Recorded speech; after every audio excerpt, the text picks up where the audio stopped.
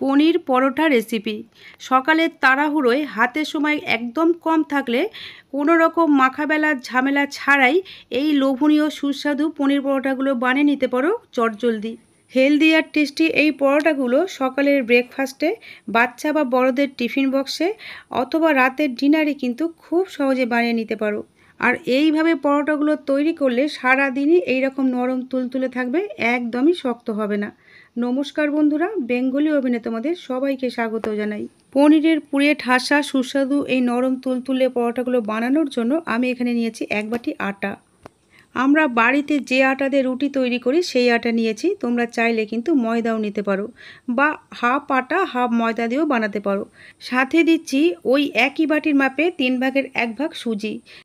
যেহেতু আমরা এটা শুধু আটা দিয়ে বানাচ্ছি, তাই এই সুজিটুকু দিলে রেসিপিগুলো প্যান থেকে তুলতে অনেক বেশি সহজ হবে।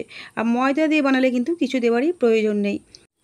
আর সাথে দিলাম স্বাদ মতো লবণ।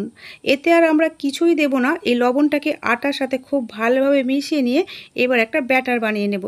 এখানে আমি যে বাটির মাপে আটা মেপেছিলাম ওই একই বাটির মাপে 1 বাটি নর্মাল জল নিয়েছি।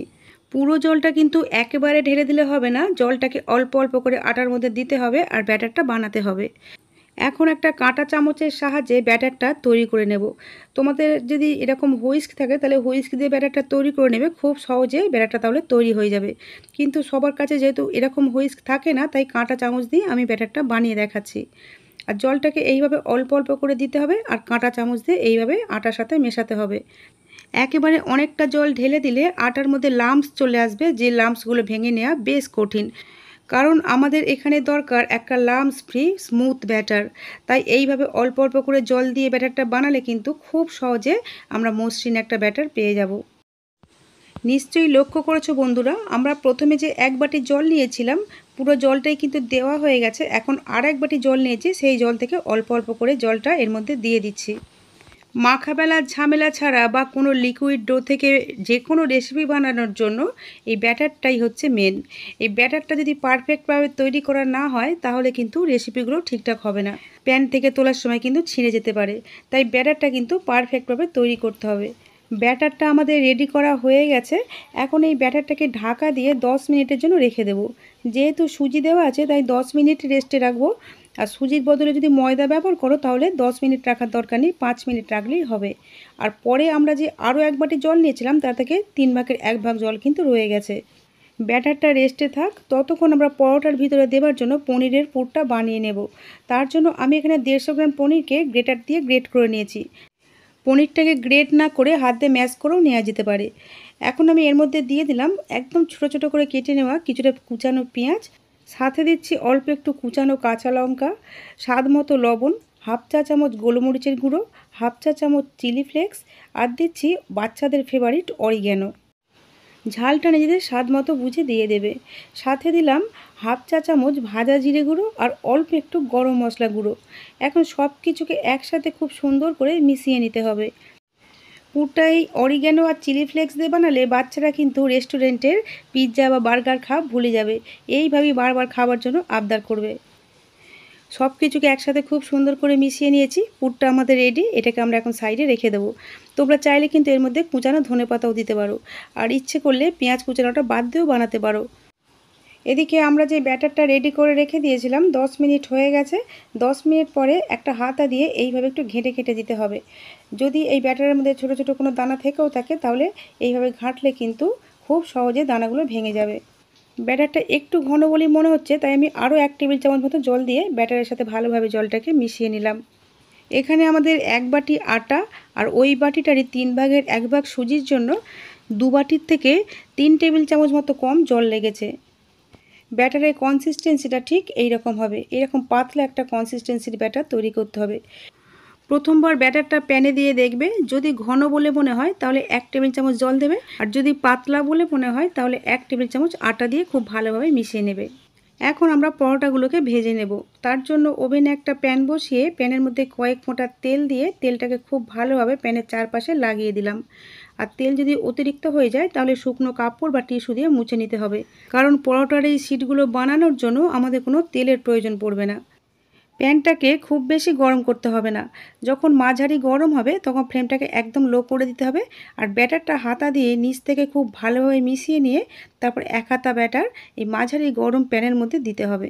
তারপর প্যানের হাতলটা ধরে এইভাবে ঘুরিয়ে পাতলা করে ছড়িয়ে দিতে হবে। ফ্লেমটা কিন্তু লোতেই রাখতে হবে। প্যানে ব্যাটারটা দেওয়ার সাথে সাথেই দেখবে এইভাবে ওপরটা ড্রাই হতে শুরু করেছে আর সাইডগুলো আস্তে আস্তে ছেড়ে যাচ্ছে প্যান থেকে। এইভাবে যখন প্যান থেকে ছাড়তে শুরু করবে তখন স্প্যাচুলা বা খুন্তি দিয়ে আস্তে আস্তে এইভাবে সাইডগুলো ছাড়িয়ে নেবে। তারপর এইভাবে উল্টে দিতে হবে। ফ্লেমটা কিন্তু এখনও লোতেই আছে। এখন তৈরি করে রেখে দেওয়া পনিরের পুরটা এর মধ্যে দিয়ে দিচ্ছি। তোমরা তোমাদের খুশি মতো পুরের পরিমাণটা কমিয়ে বা বাড়িয়ে দিতে পারবে। তবে পুরটা খুব বেশি দেওয়ার দরকার নেই। পুর বেশি হয়ে গেলে ফোল্ড করার পরে যখন ভাজা হবে তখন কিন্তু চাপ পড়ে ফেটে যেতে পারে। পুরটা দিয়ে চামচের পিছন দিক দিয়ে একটু সমান করে দিয়ে এইভাবে স্প্যাচুলা দিয়ে এই পরোটা শিটটাকে উল্টে দিয়েছি। আর হাত দিয়ে একটু সমান করে দিয়ে তারপর চামচের পিছন দিক দিয়ে বা স্প্যাচুলা বা খুন্তি দিয়ে এইভাবে চেপে চেপে মুখগুলোকে সিল করে দিতে হবে। এখন যেহেতু বেশ নরম তাই কিন্তু এই সিলটা খুব সহজে হয়ে যায়। আর ফ্লেমটা কিন্তু এখনও লোতেই রাখতে হবে।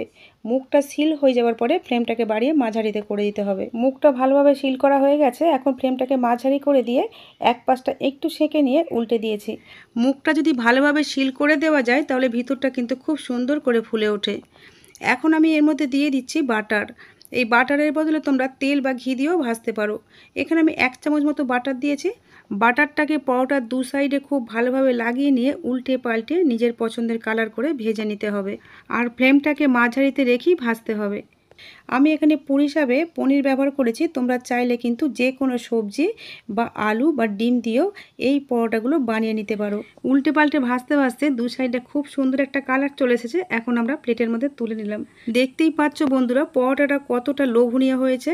এই পরোটাটাকে দেখে কেউ বলবে যে এই পরোটাটার আটা না মেখে না বেলে শুধুমাত্র আটাটাকে জলে গুলে বানানো হয়েছে।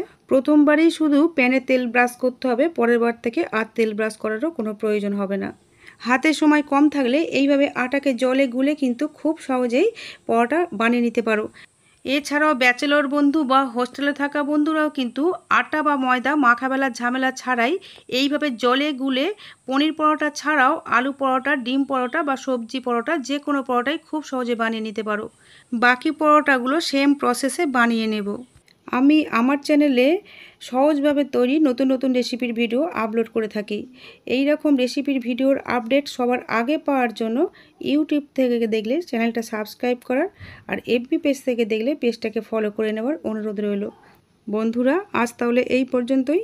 তোমাদের সাথে আবার আমার দেখা হবে নতুন কোনো রেসিপির সাথে। তোমরা ভালো থেকো, সুস্থ থেকো, সাবধানে থেকো। শেষ পর্যন্ত ভিডিওটা দেখার জন্য তোমাদের সবাইকে জানাই অসংখ্য ধন্যবাদ।